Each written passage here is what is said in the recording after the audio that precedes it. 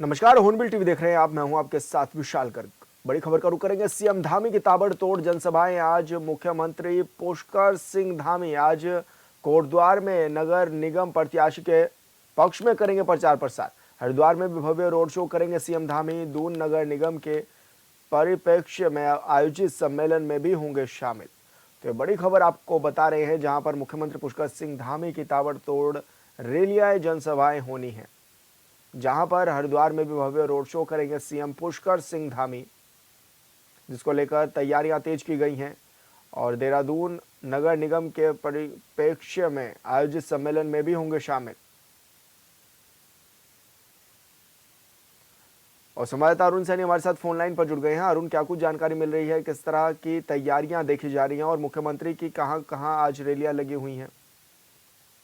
जी sir, निकाय चुनाव को लेकर के मुख्यमंत्री पुष्कर सिंह धामी लगातार रैलियां कर रहे हैं, जनसभाएं कर रहे हैं और आज मुख्यमंत्री पुष्कर सिंह धामी के कई कार्यक्रम है, जिसमें कि सबसे पहले मुख्यमंत्री टिहरी में पहुंचेंगे। टिहरी में जनसभा को संबोधित मुख्यमंत्री पुष्कर सिंह धामी करेंगे और भारतीय जनता पार्टी के प्रत्याशी के समर्थन में जनता से मतदान करने की अपील भी मुख्यमंत्री पुष्कर सिंह धामी करेंगे। इसी के साथ ही फिर उसके बाद मुख्यमंत्री पुष्कर सिंह धामी कोटद्वार पहुंचेंगे और कोटद्वार में भी मेयर पद के प्रत्याशी जो भारतीय जनता पार्टी के शैलेंद्र सिंह रावत, उनके समर्थन में जनता से मतदान करने की अपील भी करेंगे और उनके समर्थन में प्रचार प्रसार करने का काम मुख्यमंत्री पुष्कर सिंह धामी करेंगे। इसके बाद फिर मुख्यमंत्री हरिद्वार पहुंचेंगे। हरिद्वार में रोड शो होगा और नगर निगम हरिद्वार में भाजपा प्रत्याशी किरण जैसल के समर्थन में प्रचार प्रसार भी करेंगे और जनता से मतदान करने की अपील भी करेंगे। उसके बाद देहरादून नगर निगम के परिप्रेक्ष्य में आयोजित सम्मेलन में भी मुख्यमंत्री पुष्कर सिंह धामी शिरकत करेंगे, उसमें प्रतिभाग करेंगे। तो इस तरीके से तमाम कार्यक्रम आज मुख्यमंत्री पुष्कर सिंह धामी के रहने वाले हैं और आज कई जनसभाएं और रोड शो मुख्यमंत्री पुष्कर सिंह धामी के होने हैं। और ऐसे में अब लगातार जो प्रचार प्रसार को मुख्यमंत्री पुष्कर सिंह धामी धार भी दे रहे हैं और कई तरीके की जो उपलब्धियां हैं सरकार की, उन उपलब्धियों को भी लेकर जनता के बीच में जा रहे हैं, चाहे वो यूसीसी हो या फिर नगर विरोधी कानून हो, दंगा रोधी कानून हो, धर्मांतरण कानून हो। इस तरीके से तमाम जो फैसले मुख्यमंत्री के द्वारा लिए गए, उनकी सरकार के द्वारा जो कार्य किए गए, उन सभी को लेकर के जनता के बीच में भी सीएम धामी जा रहे हैं। और साथ ही साथ जो 11 निगमों के लिए संकल्प पत्र अलग से भारतीय जनता पार्टी ने जारी किए हैं, जो घोषणाएं की है, उन घोषणाओं को लेकर के भी जनता के बीच में सीएम धामी लगातार पहुंचे हैं। अरुण, किस तरह का माहौल बनता हुआ भी नजर आ रहा है और जनता का क्या कुछ मत नजर आ रहा है, क्योंकि लगातार आप फील्ड में भी बने हुए हैं और वहां से किस तरह की तस्वीरें भी सामने आ रही हैं, लोगों के मन को आपने टटोला होगा, क्या चाहते हैं लोग?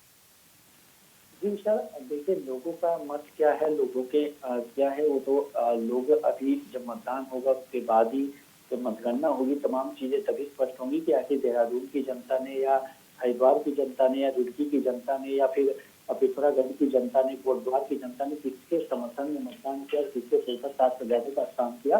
ये तमाम चीजें तो तभी पता लगेगी। लेकिन लोग जो मुद्दे हैं लोगों के, चाहे वो सड़क हो, बिजली पानी हो, साफ सफाई की व्यवस्थाएं हो, इन तमाम चीजों से लोग कहीं ना कहीं त्रस्त भी है और ये तमाम लोगों को इन समस्याओं से जूझना भी पड़ता है।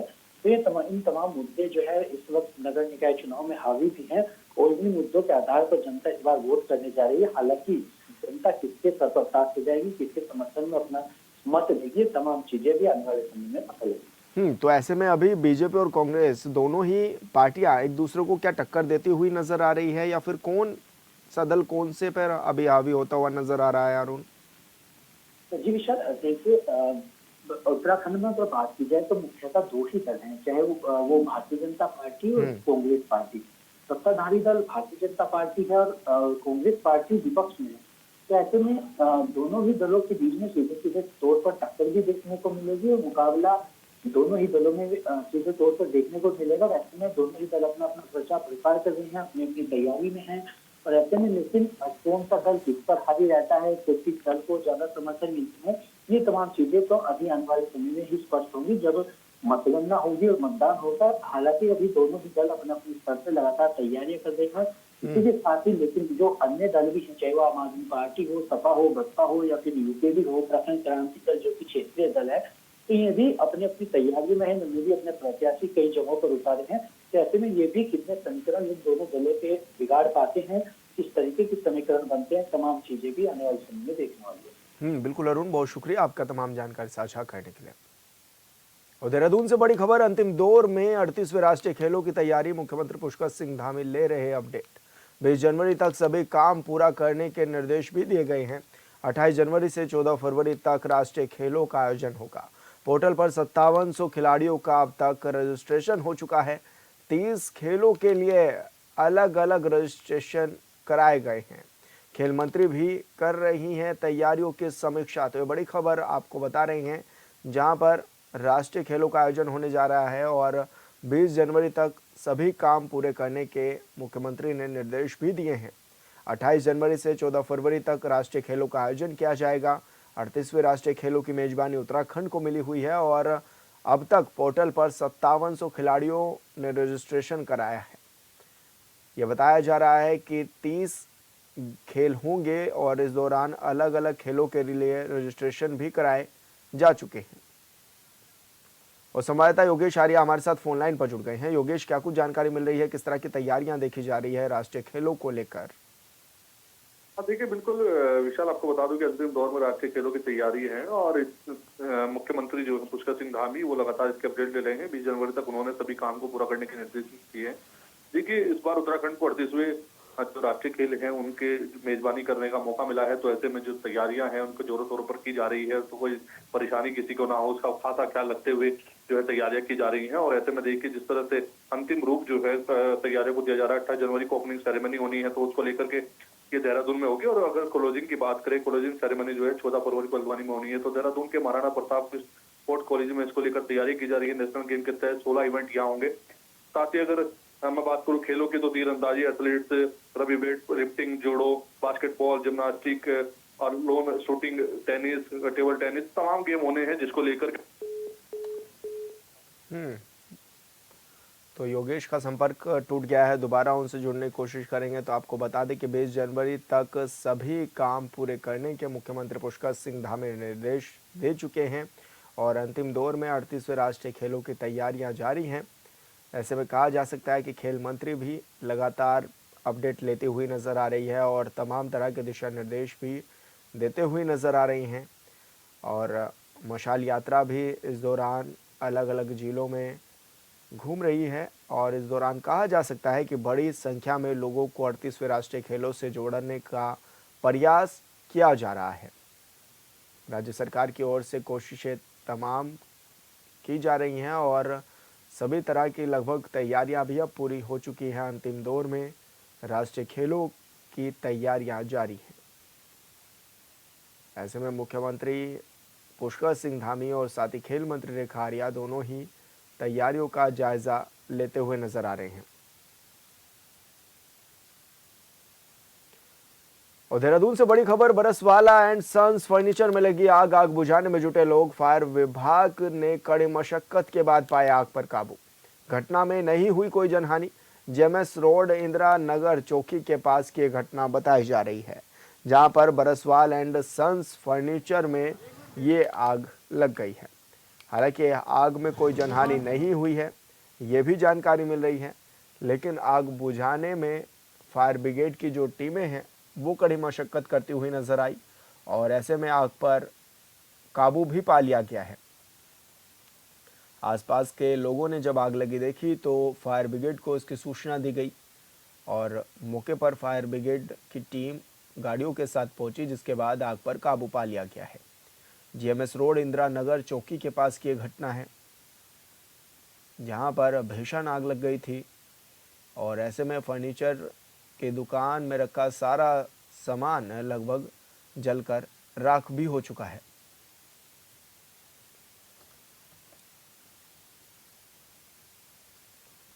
उत्तराखंड के मुख्यमंत्री पुष्कर सिंह धामी आज हरिद्वार दौरे पर भी रहेंगे, जहां वे बीजेपी प्रत्याशियों को जीत का मंत्र भी देंगे। मुख्यमंत्री पुष्कर सिंह धामी हरिद्वार में बीजेपी प्रत्याशी के समर्थन में रोड शो भी करेंगे। ये रोड शो जनता का ध्यान आकर्षित करने और आगामी चुनाव में बीजेपी को मजबूत समर्थन दिलाने के उद्देश्य से आयोजित हो रहा है।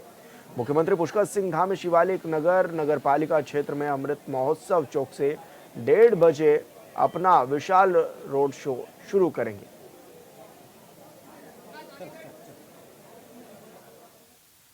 हरिद्वार में नगर निकाय चुनाव को लेकर प्रत्याशियों का जनसंपर्क अभियान तेज हो गया है। बीजेपी और कांग्रेस के प्रत्याशी अपनी अपनी जीत का दावा कर रहे हैं और डोर टू डोर प्रचार में भी जुटे हुए हैं। नगर पंचायत इमलीखेड़ा से बीजेपी प्रत्याशी राजबाला सैनी भी लगातार जनता के बीच में पहुंच रही हैं। राजबाला सैनी ने जनता से वादा किया है कि अगर वो जीतेंगी तो अपनी जिम्मेदारियों का बखूबी वहन भी करेंगी और जनता की उम्मीदों पर खरा उतरने का काम भी वो करेंगे। जैसे हम अपना डेली का रूटीन है कि हम प्रचार कर रहे हैं तो अच्छा बढ़िया मतलब भरपूर प्यार और सहयोग मिल रहा है। और हमारे नगर पंचायत इमलीखेड़ा में अपना माजरी गुम्मावाड़ा रंगड़वाड़ा टांडा और इमलीखेड़ा है। तो ये नई नगर पंचायत है, पहला चुनाव हो, पर मुझे अच्छा लग रहा है कि सब लोग मेरा सहयोग कर रहे हैं। अच्छा, यदि आप चुनाव जीत जाते हैं, जनता आपको चुनाव जिताती है तो क्या क्या विकास तो कराएंगे ही, जनता मुझे मौका देगी तो। जैसे विकास तो हमारे यहाँ समस्या है ही, जब हमारे पास विधायक नहीं है तो काफ़ी समस्या है। कांग्रेस प्रत्याशी ललित जोशी के समर्थन में पूर्व मुख्यमंत्री हरीश रावत ने राजपुर क्षेत्र और हल्द्वानी में कई जगह जनसंपर्क और सभा को संबोधित किया है। हरीश रावत ने बताया कि ललित जोशी हल्द्वानी की जनता का बेटा है। आज जिस तरह से मुख्यमंत्री एक मेयर के पक्ष में रोड शो करने आ रहे हैं, इससे साफ होता है कि कांग्रेस का प्रत्याशी ललित जोशी ने भारतीय जनता पार्टी के प्रत्याशियों की नींद उड़ा कर रख दी है। और आज का जितना हमारा मध्यम वर्ग है, लोगों ने बदलाव का मन बनाया है और लोग बदलाव के लिए वोट दे रहे हैं। और कांग्रेस उनको नगर निकायों में, नगर पंचायतों में, नगर निगमों में सब स्थानों पर एक विकल्प के रूप में दिखाई दे रही है। और इस बार हमारे लिए सौभाग्य की बात यह है कि हल्द्वानी से लेकर के काशीपुर से लेकर के देहरादून तक, ऊपर नीचे झबरेड़ा से लेकर के ऊपर उत्तरकाशी तक, और यहाँ जसपुर से लेकर के मुनस्यारी तक सारी कांग्रेस संगठित होकर के, एकजुट होकर के इन नगर निकायों के चुनाव में, नगर पंचायतों के और नगर निगमों के चुनाव में अपने उम्मीदवार के साथ नगर निकाय चुनाव में मतदान की तारीखें जैसे जैसे नजदीक आ रही हैं, प्रत्याशियों ने भी पूरा दमखम दिखाना शुरू कर दिया है। खबर विकासनगर से है, जहां नगरपालिका परिषद के अध्यक्ष प्रत्याशी के लिए कांग्रेस ने जमीनी कार्यकर्ता बॉबी नोटियाल को अध्यक्ष पद के लिए प्रत्याशी के रूप में उतारा है, जिससे चुनावी गणित काफी दिलचस्प हो गया है। दोनों ही दावेदारों में काफी नजदीकी मुकाबला देखने को मिल सकता है। हालांकि सत्ताधारी पार्टी बीजेपी प्रत्याशी पूजा चौहान के साथ बीजेपी के मजबूत संगठन का साथ जरूर दिखाई दे रहा है, वहीं कांग्रेस प्रत्याशी संगठन स्तर पर बीजेपी से पीछे दिखाई दे रही है।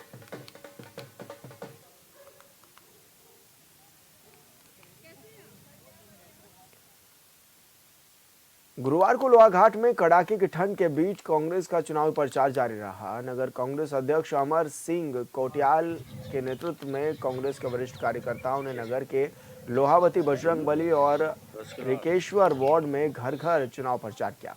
कांग्रेस प्रत्याशी रंजीत अधिकारी के समर्थन में वोट भी इस दौरान मांगी गई। कांग्रेस प्रवक्ता शैलेंद्र राय और नगर अध्यक्ष अमर सिंह कोटियाल ने कहा है कि कांग्रेस पार्टी जनता के बीच जल, जंगल, जमीन जैसे मुद्दों को लेकर पहुंच रही है।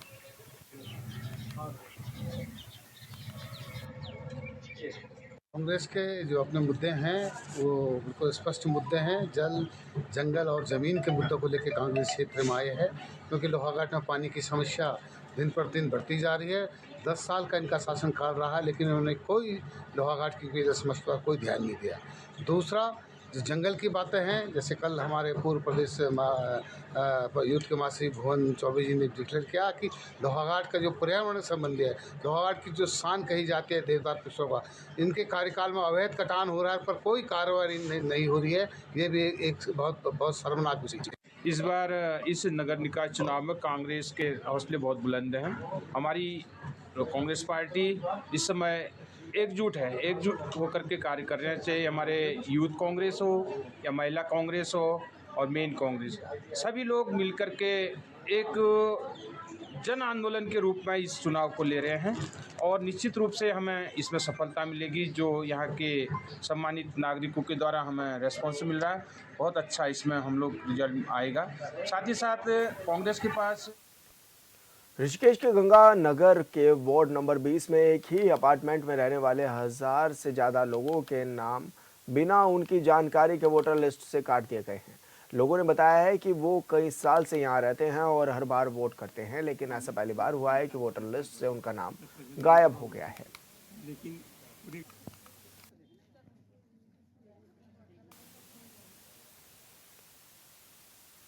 हरिद्वार के सिडकुल थाना क्षेत्र में प्रेम संबंध के चलते एक युवक की गला रेतकर हत्या कर दी गई। पुलिस ने मामले का खुलासा करते हुए 3 आरोपियों को गिरफ्तार किया है। बताया गया है कि आरोपी ने अपने दोस्तों के साथ मिलकर युवक को पार्टी के बहाने बुलाया, जहां उसे पहले शराब पिलाई गई और फिर चाकू से हमला कर उसे मौत के घाट उतार दिया गया। मृतक 3 अन्य लोगों के साथ जो उसके दोस्त भी थे, जिसमें अंकुश और उसका दोस्त सचिन और जॉनी, ये इसके साथ थे। पुलिस के द्वारा इनको तत्काल हिरासत में लेकर जब पूछताछ की गई तो ये बात पता चली कि इन तीनों के द्वारा ही विनीत को गला काट के उसकी हत्या की गई।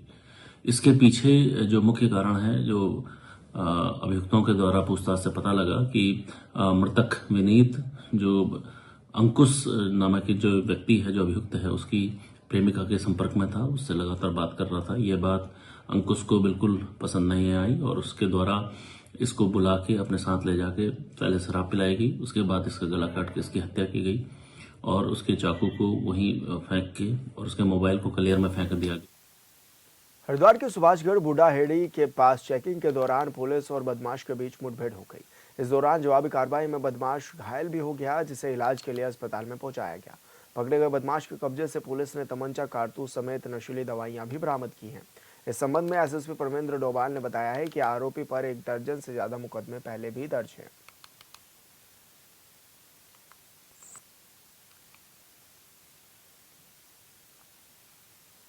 कि एक स्विफ्ट कार जो बड़ी तेजी से भागी थी, उसे रोकने का प्रयास किया गया था, लेकिन उसने बहुत तेजी से उस गाड़ी को इस तरीके से भगाया। जब उसका पीछा किया तो वो गाड़ी आगे एक कीचड़ पे फंस गई थी, जिससे जो अभियुक्त है वो वहां से भागने की कोशिश करने लगा, जिसको पुलिस के द्वारा रोकने के लिए कहा गया। उसके द्वारा पुलिस पर फायर किया गया। पुलिस ने तत्काल उसे न्यूट्रलाइज करने के लिए उसके जवाबी फायर में उसे न्यूट्रलाइज किया। इसी बीच उसके पैर में गोली लगी, जिसको अभी हॉस्पिटल में ले जाया गया है और अभी वहां उसका उपचार चल रहा है। इसके ऊपर दर्जन से ऊपर मुकदमे दर्ज हैं और अभी भी इसके पास से एक तमंचा, जिस पर तमंचामय गोलियों के और साथ में नशीली गोलियां इसके पास से मिली हैं, करीब 1000 के आसपास अलग अलग।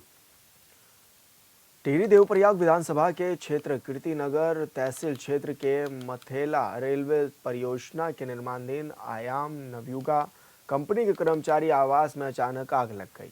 आग आज की लपटों और धुएं का गुब्बार देखकर आसपास के क्षेत्रों और स्थानीय लोगों में अफरा तफरी माहौल फैल गया। मिली जानकारी के मुताबिक नवयुगा कंपनी के इंचार्ज राजेश अरोड़ा ने इसकी सूचना कीर्तिनगर पुलिस को दी। उन्होंने बताया कि घटना में लाखों का सामान जलकर राख हो चुका है।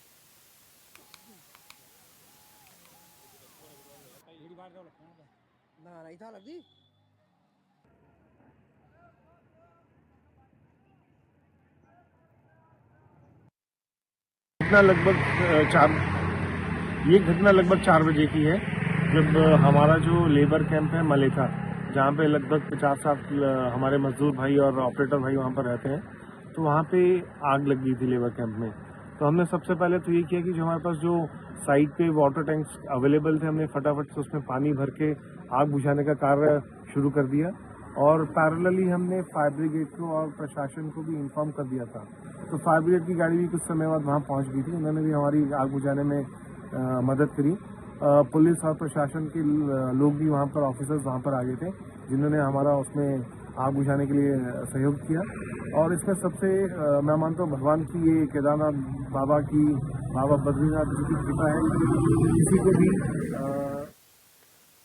उत्तराखंड में अब निजी बसों में यात्रा करने वाले यात्रियों को भी दुर्घटना बीमा का लाभ दिया जाएगा। सीएम धामी ने परिवहन सचिव को सरकारी और निजी बसों के मुआवजे में एक रूपता लाने के लिए 10 दिनों का समय दिया है। वर्तमान में उत्तराखंड परिवहन निगम की बसों में यात्रा के दौरान दुर्घटना में मृत्यु होने पर कुल 5 लाख रुपए की सहायता प्रदान की जाती है, लेकिन निजी बस के यात्रियों को हादसे के बाद इतनी सहायता राशि नहीं मिलती है, जिसे लेकर अक्सर सवाल उठते रहते हैं। लेकिन अब 10 दिनों के अंदर ऐसा प्रावधान किया जाएगा कि हादसों में सभी को एक तरह की सहायता राशि दी जाए। और ऐसे में उत्तराखंड सरकार की एक ये बड़ा फैसला भी है, जहां पर निजी बस यात्रियों को अब दुर्घटना बीमा भी मिलने जाएगा। सीएम ने अब प्रस्ताव तैयार करने के निर्देश भी इस दौरान दे दिए हैं। साथ ही 10 दिनों के अंदर प्रस्ताव तैयार कर प्रस्तुत करने के आदेश भी दिए हैं। मुआवजे की राशि में एक समानता लाना इसके पीछे का उद्देश्य भी बताया जा रहा है। और मुख्यमंत्री ने कहा है कि सहायता राशि में कोई भेदभाव ना हो। निजी सरकारी बसों के यात्रियों के लिए राहत कार्य ये निर्णय लिया गया है। सड़क सुरक्षा के प्रति जागरूकता, सेवाओं में भी सुधार किया जाना प्राथमिकता में देखा जा रहा है। हालांकि इसको लेकर मुख्यमंत्री ने निर्देश दिए हैं कि 10 दिनों के अंदर ही प्रस्ताव को बनाकर सरकार तक पहुंचाया जाए।